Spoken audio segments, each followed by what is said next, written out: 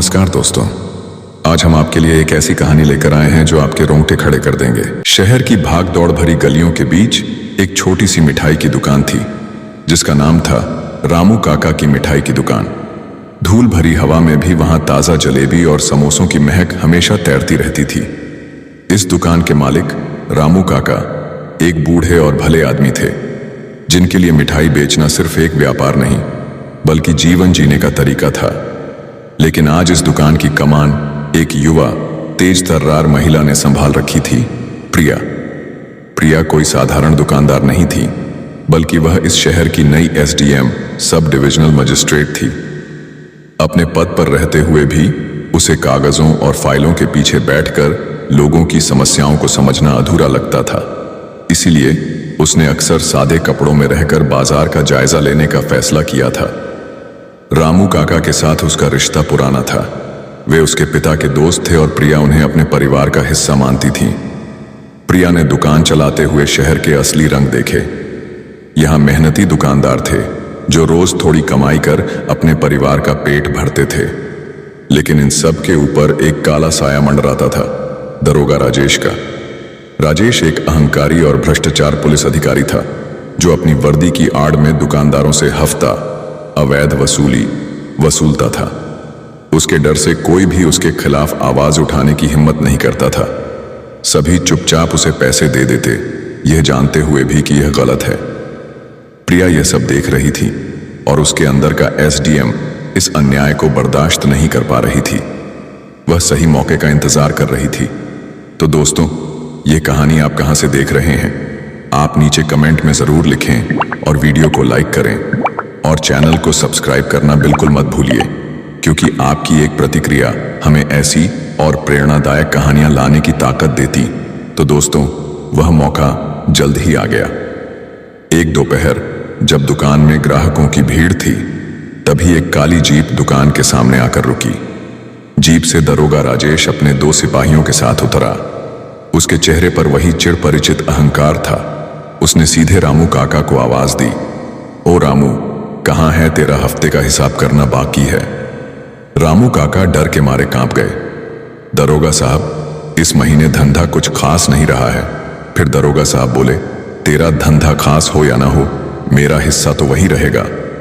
राजेश ने रामू काका को धमकाते हुए कहा, अगर आज पैसे नहीं मिले तो कल तुम्हारी दुकान सील हो जाएगी और तुम जेल में होगे।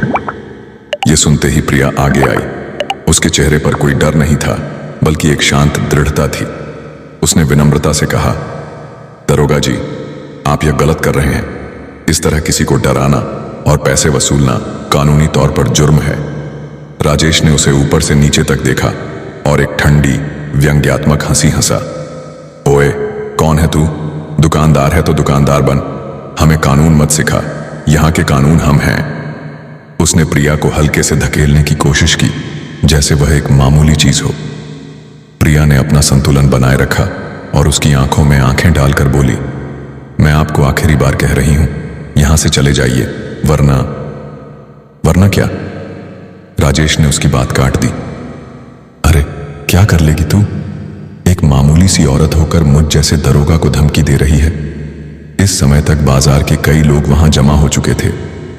किसी की हिम्मत तो नहीं थी कि वह बीच बचाव करे, लेकिन उन्होंने अपने मोबाइल फोन निकाल ली और घटना को रिकॉर्ड करने लगे। दरोगा राजेश अपने अहंकार में इतना चूर था कि उसे यह सब दिखा ही नहीं। वह अपनी सत्ता का रौब झाड़ता रहा। प्रिया ने देखा कि दरोगा की अकड़ कम होने वाली नहीं है। उसने महसूस किया कि यह सही समय है अपनी असलियत दिखाने का। उसने एक गहरी सांस ली और अपने पर्स से एक कार्ड निकाला। दरोगा राजेश, उसने धीमी लेकिन गंभीर आवाज में कहा, आज तक आपने सिर्फ गलत काम किए हैं, अब यह समय है कि आप इसका नतीजा भुगतें। राजेश ने उसका कार्ड लेकर देखा। जैसे जैसे उसकी नजरें कार्ड पर लिखी जानकारी पर गईं, उसके चेहरे का रंग उड़ गया। प्रिया शर्मा, एसडीएम। वह हकलाया। उसकी आंखों में अहंकार की जगह अब डर था। उसके सिपाही भी यह देखकर सन्न रह गए। प्रिया ने अपना कार्ड वापस लिया और तुरंत अपने फोन पर एसडीएम कार्यालय के वरिष्ठ अधिकारी को फोन लगाया। सर, मैं एसडीएम प्रिया शर्मा बोल रही हूं। मैं इस समय रामू काका की दुकान पर हूं। यहाँ दरोगा राजेश जबरन वसूली कर रहा है। मैंने उसे रंगे हाथ पकड़ा है। मैं मीडिया को भी बुला रही हूँ। कुछ ही मिनटों में पुलिस की गाड़ियां और मीडिया के कैमरे वहां पहुंच गए। पत्रकार प्रिया से सवाल करने लगे कि एक एसडीएम होकर वह दुकान क्यों चला रही थी। प्रिया ने पूरी सच्चाई बताई। उसने कहा कि वह जमीनी हकीकत को समझना चाहती थी और इस शहर में हो रहे अन्याय को अपनी आंखों से देखना चाहती थी। प्रिया के सामने ही दरोगा राजेश को उसकी वर्दी में ही भ्रष्टाचार के आरोप में गिरफ्तार किया गया। यह देखकर बाजार के सभी दुकानदारों और वहां मौजूद लोगों की आंखों में एक नई उम्मीद जगी। वे एक एक कर आगे आए और दरोगा राजेश के खिलाफ अपनी कहानियां बताने लगे। उनके मोबाइल फोन के वायरल वीडियो ने एक बार फिर साबित कर दिया कि एक झूठ की दीवार को तोड़ने के लिए एक सच काफी होता है। यह घटना पूरे शहर में आग की तरह फैल गई। दरोगा राजेश को तुरंत निलंबित कर दिया गया और उसके खिलाफ मुकदमा चला दिया गया। प्रिया ने व्यक्तिगत रूप से इस मामले की निगरानी की, यह सुनिश्चित करने के लिए कि कोई भी गवाह डर के मारे पीछे न हट जाए। कई हफ्तों की कानूनी लड़ाई के बाद दरोगा राजेश को भ्रष्टाचार के आरोप में सजा सुनाई गई। यह फैसला सिर्फ एक व्यक्ति की हार नहीं थी, बल्कि हर उस भ्रष्ट अधिकारी के लिए एक चेतावनी थी जो अपनी वर्दी का गलत इस्तेमाल करता है। प्रिया अपने काम पर वापस लौट आई। अब वह सिर्फ एक एसडीएम नहीं, बल्कि लोगों के लिए एक सच्ची नायिका थी। उसने साबित कर दिया था कि न्याय के लिए लड़ने में पद नहीं, बल्कि साहस और ईमानदारी मायने रखती है। उसने अपने शहर को एक नया संदेश दिया था कि अगर आप हिम्मत से खड़े हो जाएं, तो कोई भी ताकत आपको झुका नहीं सकती। रामू काका की मिठाई की दुकान पर आज भी भीड़ रहती है, लेकिन अब वहां सिर्फ मिठाइयों की मिठास ही नहीं, बल्कि न्याय की जीत का स्वाद भी महसूस होता है। दरोगा राजेश को सजा मिलने के बाद शहर में एक अजीब सी शांति छा गई थी। रामू काका की दुकान पर अब सिर्फ मिठाई का स्वाद ही नहीं, बल्कि एक नए साहस की गूंज भी सुनाई देती थी। प्रिया रातों रात एक सामान्य एसडीएम से जनता की हीरो बन गई थी। मीडिया ने उसे सादे कपड़ों वाली एसडीएम का नाम दिया था और सोशल मीडिया पर उसके हजारों प्रशंसक थे। लेकिन यह शोहरत सिर्फ सम्मान लेकर नहीं आई थी, बल्कि अपने साथ कई नई चुनौतियां भी लाई थी। प्रिया के वरिष्ठ अधिकारी, जो पहले उसकी जमीनी काम करने की शैली की तारीफ करते थे, अब चिंतित थे। उन्हें लगता था कि प्रिया का यह तरीका सिस्टम के लिए खतरा बन सकता है। एक सीनियर अधिकारी ने उसे अपने ऑफिस में बुलाकर समझाया, प्रिया, तुमने बहुत अच्छा काम किया, लेकिन हमारा काम पर्दे के पीछे रहकर होता है, इस तरह सबके सामने आकर नहीं। हर समस्या का समाधान इस तरह से नहीं निकाला जा सकता। प्रिया ने जवाब दिया, सर, जब तक हम जनता के बीच जाकर उनकी समस्याओं को समझेंगे नहीं, तब तक हम सही फैसले कैसे ले सकते हैं। दरोगा राजेश का हफ्ता वसूली का धंधा सालों से चल रहा था और किसी को पता तक नहीं चला। अगर मैं सादे कपड़ों में न होती तो शायद आज भी वह अपनी वर्दी का गलत इस्तेमाल कर रहा होता। वरिष्ठ अधिकारी ने उसकी बात समझी, लेकिन वह यह भी जानते थे कि प्रिया का यह साहस शहर के कुछ और ताकतवर लोगों को नागवार गुजरेगा, और उनका डर सही साबित हुआ। शहर के सबसे बड़े बिल्डर और राजनीतिक गलियारों में अच्छा दखल रखने वाले शशांक राय ने अखबारों में छपी प्रिया की तस्वीर देखी। वह समझ गया कि यह लड़की उसके जैसे लोगों के लिए खतरा है, जो सरकारी जमीनों पर गलत तरीके से कब्जा करते हैं और नियमों का उल्लंघन करते हैं। उसने अपने गुर्गों को आदेश दिया, इस लड़की की हर हरकत पर नजर रखो। अगर यह हमारे रास्ते में आए तो इसे हटाना होगा। सीधे तरीके से नहीं, बल्कि ऐसे कि किसी को शक भी ना हो। शशांक राय ने पहला दांव चला। उसने एसडीएम ऑफिस के एक भ्रष्ट क्लर्क के जरिए प्रिया की पुरानी फाइलों में कुछ गड़बड़ी करने की कोशिश की, ताकि उसे फंसाया जा सके। लेकिन प्रिया हमेशा अपनी फाइलों को बहुत सावधानी से देखती थी और उसे जल्द ही पता चल गया कि कोई उसके काम को खराब करने की कोशिश कर रहा है। यह मामला सिर्फ एक छोटे से झगड़े से कहीं ज्यादा बड़ा था। यह अब एक एसडीएम और एक शक्तिशाली राजनीतिक माफिया के बीच की लड़ाई बन चुकी थी।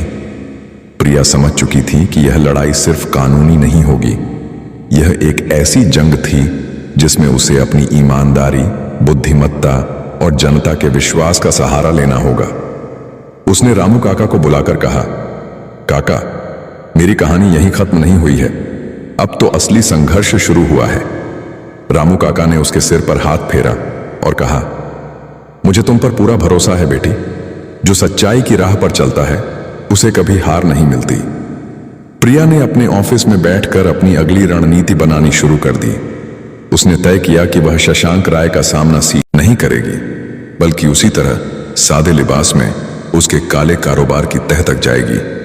लेकिन इस बार उसके दुश्मन सिर्फ सड़क के गुंडे नहीं थे, बल्कि ऐसे लोग थे जो सूट बूट पहनकर बड़े बड़े ऑफिसों में बैठे थे। यह कहानी एक नए मोड़ पर आ चुकी थी। सवाल यह था कि क्या प्रिया इस बार भी अपने विश्वास और साहस से सत्य की जीत सुनिश्चित कर पाएगी, या फिर यह नई और बड़ी चुनौती उसके इरादों को कमजोर कर देगी। प्रिया जानती थी कि शशांक राय से सीधे मुकाबला करना असंभव है। उसके पास सत्ता और पैसे की ताकत थी और वह जानता था कि कानून को अपनी जेब में कैसे रखा जाता है। प्रिया ने अपनी रणनीति बनाई। उसने अपनी एसडीएम की पहचान छुपाते हुए एक नई भूमिका अपनाई। एक सामान्य मेहनती आर्किटेक्ट जो नौकरी की तलाश में थी। एक हफ्ते के भीतर प्रिया एक स्थानीय कंसल्टेंसी फर्म में इंटर्न के रूप में काम करने लगी, जो शशांक राय के सबसे बड़े प्रोजेक्ट ग्रीन सिटी में शामिल थी। वहां उसने अपना नाम कविता बताया। यह प्रोजेक्ट कागजों पर तो एक आलीशान हाउसिंग सोसाइटी थी, लेकिन प्रिया को शक था कि इसके पीछे कुछ काला कारोबार चल रहा था। कविता बनकर प्रिया ने दिन रात काम किया। वह हर नक्शे, हर कागज और हर ईमेल को बहुत ध्यान से पढ़ती थी। उसे जल्द ही कुछ चौंकाने वाली बातें पता चलीं। ग्रीन सिटी प्रोजेक्ट जिस जमीन पर बन रहा था वह दरअसल एक तालाब और एक पुराने श्मशान घाट की जमीन थी।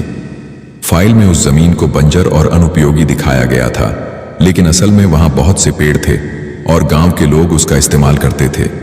प्रिया ने यह भी पाया कि इस फाइल को पास कराने के लिए करोड़ों रुपए की घूस दी गई थी, जिसमें कई बड़े नेताओं और सरकारी अधिकारियों के नाम शामिल थे। लेकिन सबूत इकट्ठा करना इतना आसान नहीं था। शशांक राय का ऑफिस बहुत सुरक्षित था और हर कर्मचारी पर कड़ी नजर रखी जाती थी।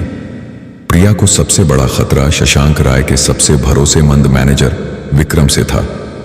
विक्रम बहुत चालाक था और उसे प्रिया के व्यवहार में कुछ अजीब लग रहा था।